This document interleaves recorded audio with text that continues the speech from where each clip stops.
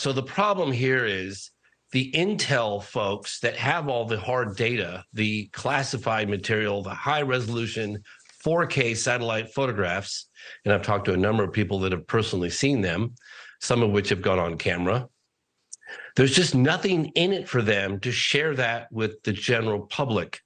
The problem is that the better the data, the better the eyewitness testimony, the more hard it is to provide a prosaic explanation for a incident, an encounter, the less likely that the general public is going to hear about it. So I think it's a great effort. I'm optimistic that we're even having these conversations, but the intel folks just have no incentive whatsoever to come out with this stuff because they're going to have a lot of explaining to do. I want to run another clip of Congressman Burchett on the Event Horizon podcast, where he talks about the technology that he's been privy to seeing in these classified documents. This would be technology that the supposed aliens who have been here since the 1800s have in their possession. Take a listen. Okay.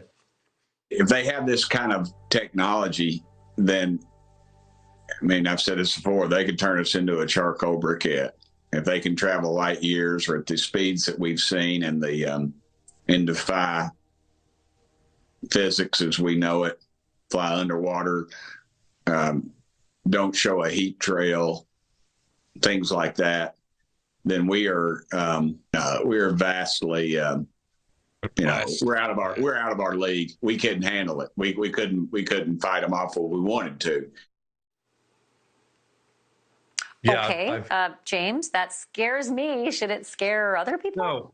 So here's the thing. Okay, I can back this up with working on my 7th documentary on the topic. I've interviewed Navy pilots, Air Force pilots, commercial airline pilots, civilian pilots, each and every one of them that have had a close encounter with an object that exhibits a technology that defies conventional explanation. And I'll give you an example of that.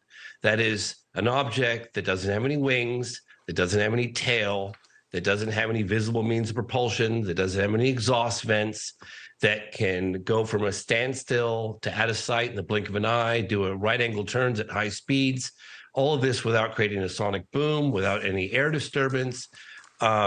That technology has been extremely well documented in our skies since the early 40s, okay? Some would say going back millennia, that's another conversation altogether. But let's just say that we can document that easily in any court of law. We can prove that beyond a reasonable doubt that these have been captured on photograph and on radar, visual confirmation, radar confirmation. Okay, so if it's the Russians, and I've been to Russia and I interviewed generals in Russia, or if it's the Chinese, or if it's India or some other world power, that story in itself is extraordinary, because that would imply that someone has been in possession of this revolutionary technology for 80 years. And that in itself is a huge story. So, but honestly, government officials know that it's not Russia. They know it's not Chinese. They know it's not any other foreign power. It's just a matter of like, how do we tell the public what we're dealing with here? And if you think about it, and I have thought about it, and I've talked to some high-level people about it, it's a very hard thing to disclose because the president can't do it. I'll say.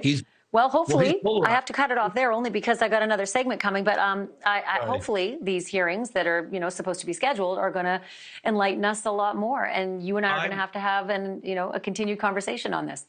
And I'm very optimistic about that. I very much enjoy the transparency that's happening. I just understand it's a difficult thing to tell the public. James Fox, thanks so much for tonight. Appreciate it. Talk to you again. Thanks for having me on.